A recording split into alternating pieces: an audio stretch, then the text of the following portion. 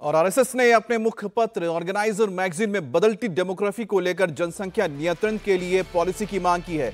इस मांग पर अब बीजेपी के दिग्गज और केंद्रीय मंत्री गिरिराज सिंह का भी बयान आ गया है। गिरिराज सिंह ने कहा है कि देश में सख्त जनसंख्या नियंत्रण कानून की जरूरत है, वहीं विपक्ष इसे सरकार का चुनावी स्टंट बताने में लगा है।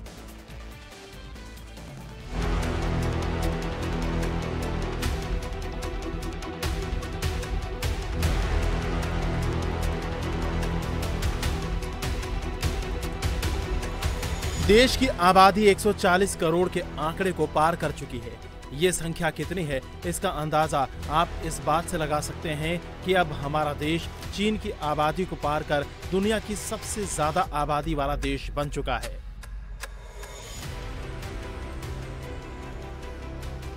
यही वजह है कि देश में एक बार फिर जनसंख्या को लेकर कानून बनाने की मांग उठने लगी है।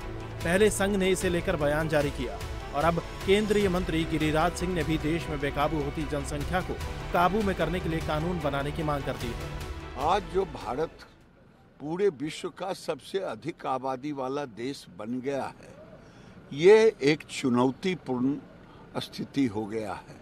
और मैं समझता हूं कि चाइना अगर 79 में वन चाइल्ड पॉलिसी नहीं लाया होता तो शायद आज 60 करोड़ लोग अधिक होते, तो वो शायद उनके संसाधन भी काम नहीं करता और आज ये तीसरी शक्ति नहीं बन पाते। इसलिए जरूरत है बढ़ती हुई आबादी सामाजिक समरसता के लिए, विकास के लिए।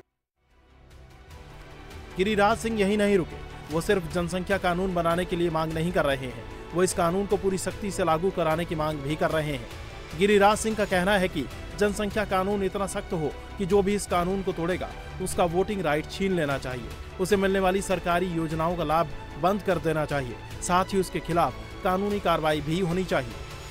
हम दुनिया के 20% आबादी भारत में है। हमारे पास जमीन नहीं है, प्रति व्यक्ति 2011 के अनुसार है हेक्टेयर 0.12 और पानी 2.5% है।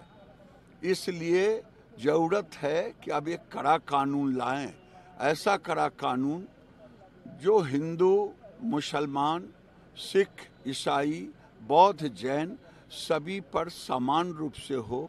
एक कड़ा कानून जो ना माने उसकी वोटिंग राइट समाप्त कर देनी चाहिए, उसे सरकारी योजनाओं से वंचित कर देना चाहिए, उस पर कानूनी कार्रवाई करनी चाहिए।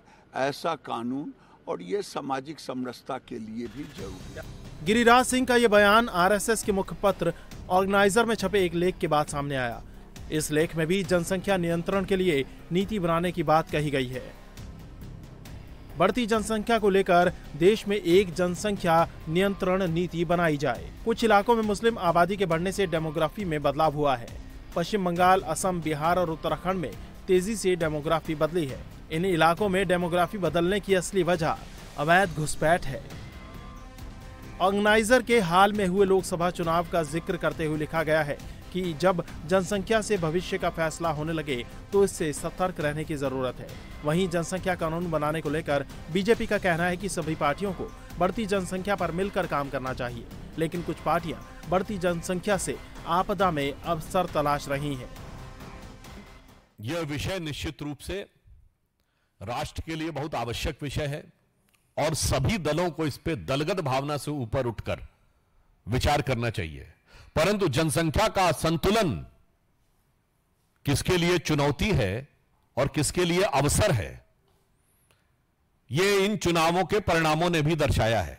आप सबको ध्यान है कि इस हाल में संपन्न लोकसभा चुनाव में सबसे बड़ी जीत, सबसे बड़े मार्जिन की जीत कहां से दर्ज हुई है?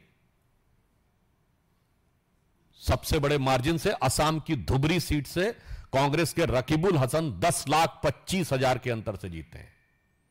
और यह वो क्षेत्र है जिसके बारे में असम में जो लोग गए होंगे, वहां जन सामान्य में प्रचलित भाषा में उसे मिनी बांग्लादेश कहा जाता है।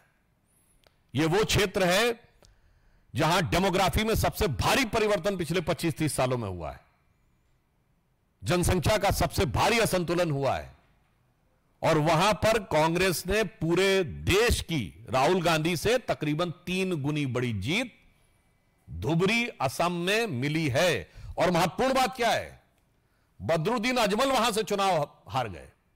एआईयूडीएफ के चीफ, जिनकी पार्टी के बारे में यह प्रचलित धारणा थी कि वो घुसपैठियों का समर्थन करती, मैं प्रचलित धारणा वर्ड कह रहा हूं, वो उनसे समर्थन हट के और कांग्रेस को इतना शानदार समर्थन मिले, तो ये मैं कोई निष्कर्ष नहीं निकाल रहा हूं, देश की प्रबुद्ध जनता के सामने एक विचार छोड़ रहा हूं कि इस चुनौती में, इस आपदा में अवसर कौन तलाश रहा है। लेकिन विपक्षी पार्टियों को सरकार की इस कोशिश में सियासत नजर आ रही है। समाजवादी पार्टी नेता एसटी हसन का कहना है कि 5 राज्यों में चुनाव होने हैं, इसीलिए इस तरह के बयान दिए जा रहे हैं। संघ जनसंख्या के नाम पर मुसलमानों को डराने की कोशिश कर रहा है। आरएसएस तो पिछले 70 साल से मुसलसल डरा रही हिंदू भाइयों को ये कह के कि 50 साल बाद मुसलमान बहुसंख्यक हो जाएंगे।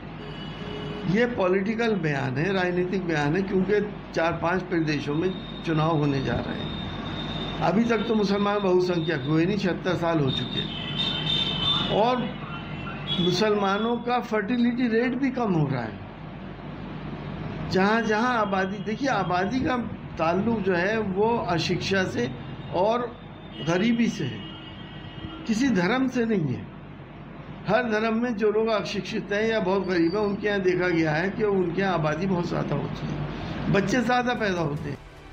वहीं एनडीए में बीजेपी की साथी निषाद पार्टी भी देश में जनसंख्या कानून बनाने के पक्ष में है। उसकी मांग है कि देश में इस वक्त जनसंख्या कानून की काफी जरूरत है। इस तरीके से अगर कोई मिशन काम कर रहा है तो भारत भारतीयों का है, संविधान भारत की समृद्धता पर है, इस तरह से लोगों की सोच रखने वाले लोगों पर नहीं है। तो इसलिए जनसंख्या नियंत्रण कानून के पक्ष में हम लोग हैं। सोशल मीडिया पर वो खुद डाल रहे हैं कि हमारे जो जनसंख्या बढ़ाने का धर्म के आधार पर हमें बहुपत्नी है, हम ज़्यादा से अधिक काम करेंगे, उनसे राष्ट्र से तो कोई मतलब नहीं, उनसे धर्म से मतलब है। और ये राष्ट्र जो संविधान है और देश है, राष्ट्र से मतलब है। तो राष्ट्र का संतुलन बनाए रखना जिम्मेदारी सरकार की है।